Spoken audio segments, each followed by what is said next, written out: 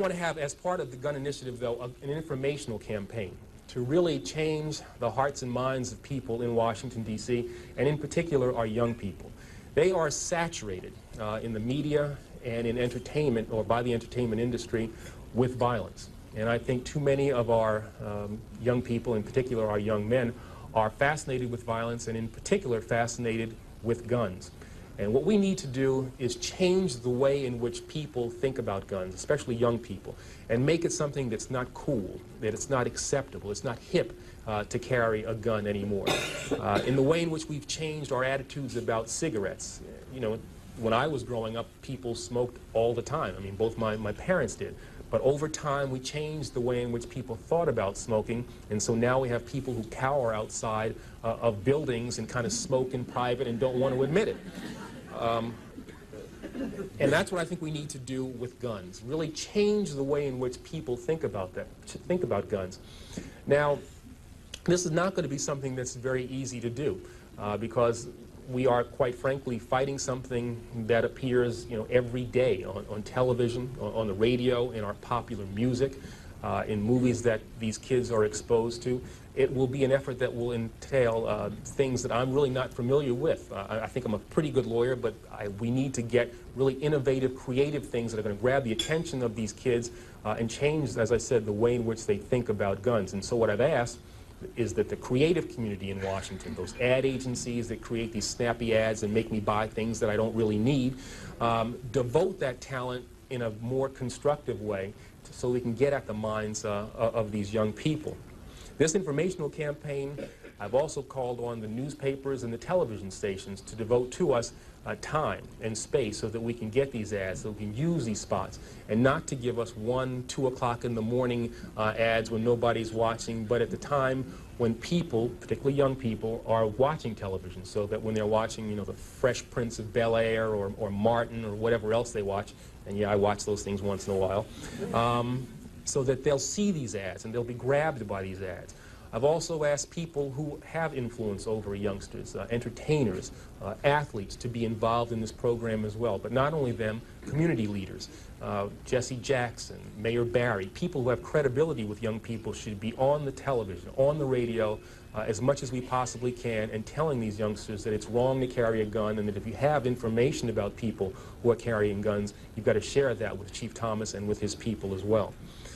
I've also asked the school board to make a part of every day some kind of anti-violence, anti-gun message. Every day, every school, at every level. One thing that I think is clear with young people and with adults as well is that we just have to be repetitive about this. It's not enough to simply have a catchy ad on a Monday and then only do it every Monday. We need to do this every day of the week and just really brainwash people into thinking about guns in a vastly different way. We also want to have a hotline that we will set up and have the number of that hotline that would just go out there, and that would be something that people would have emblazoned in their minds so that when they see a gun or become familiar about the facts of a gun crime, they would call that hotline and pass that information on.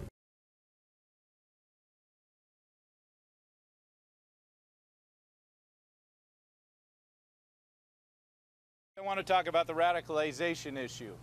Many of you had concerns, or questions rather, about did the female radicalize the male in this case. The answer is we still do not know, but I will say this.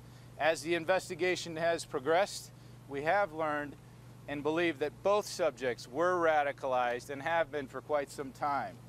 Now, how did that happen? The question we're trying to get at is how did that happen, and by whom, and where did that happen? And I will tell you right now, we don't know those answers at this point. Next thing I want to, along those lines, is foreign contacts. We are working with our foreign counterparts to determine as much as we can. It's like any other investigation, but this one is incredibly large.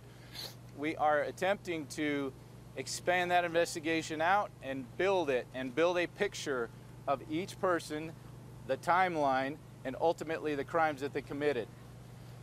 That takes time. We are in day 5, and I want everyone to recognize that. But we're working with our foreign counterparts. We're also working with the FBI's legal attaché offices, which are all over the world, and they are assisting in those efforts with our foreign counterparts.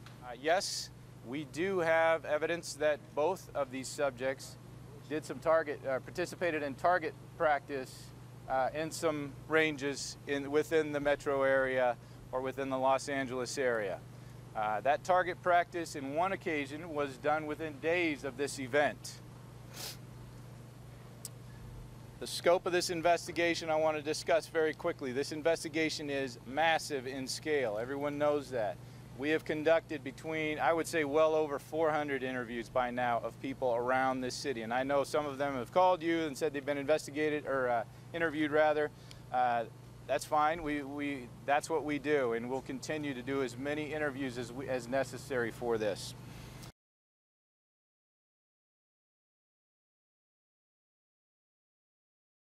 Where I was at right here, we seen there was 3 white men in military fatigues taking off. What were they driving?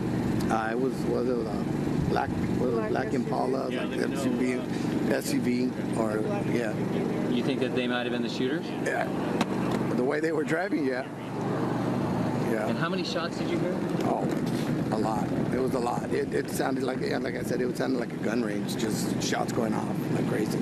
It was a lot of shots. What's your first name? Juan. Juan, what's your last? Hernandez. All right, thank you so much, sir.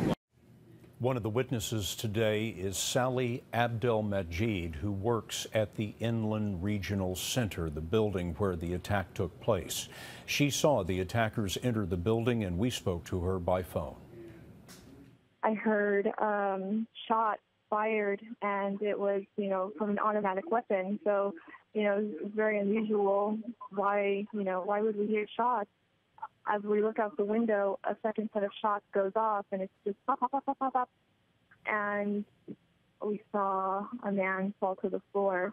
Then we just looked, and we saw 3 men dressed in all black military attire with vests on. They're holding assault rifles, and they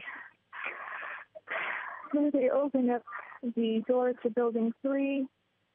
And one of them opens up the door to Building 3. He starts to shoot. He just, shoots all over into the room. That's the room that we typically have conferences in. We just heard more gunshots go off. I got my phone. I reached for my phone. I called 911. And I just hid under my desk. I didn't see any more. I just heard more gunshots go off as I was talking to the dispatch. We went into my manager's office, locked the door, barricaded it. We heard running and things happening upstairs. About 30 minutes later, someone came to the door, knocked on the door, but we didn't obviously answer. And then another 15 minutes later, someone came and took us into a secure room. Ms. Abdelmajid, can you describe to me in as much detail as you can, what did the gunman look like? I couldn't see his face. He had a black hat on, and from my view, all I could see was just a black hat and black long-sleeve shirt, possibly gloves on. He had black cargo pants on, the kinds with the zippers on the sides and the big puffy pockets. He had a huge assault rifle, and he had extra ammo. He's coming ready for something to reload. I don't know. He had magazines. I couldn't see what else. I just saw 3 dressed exactly the same. You're certain that you saw 3 men? Yes. It looks like their skin color was white. They looked like they were athletic build, and they appeared to be tall.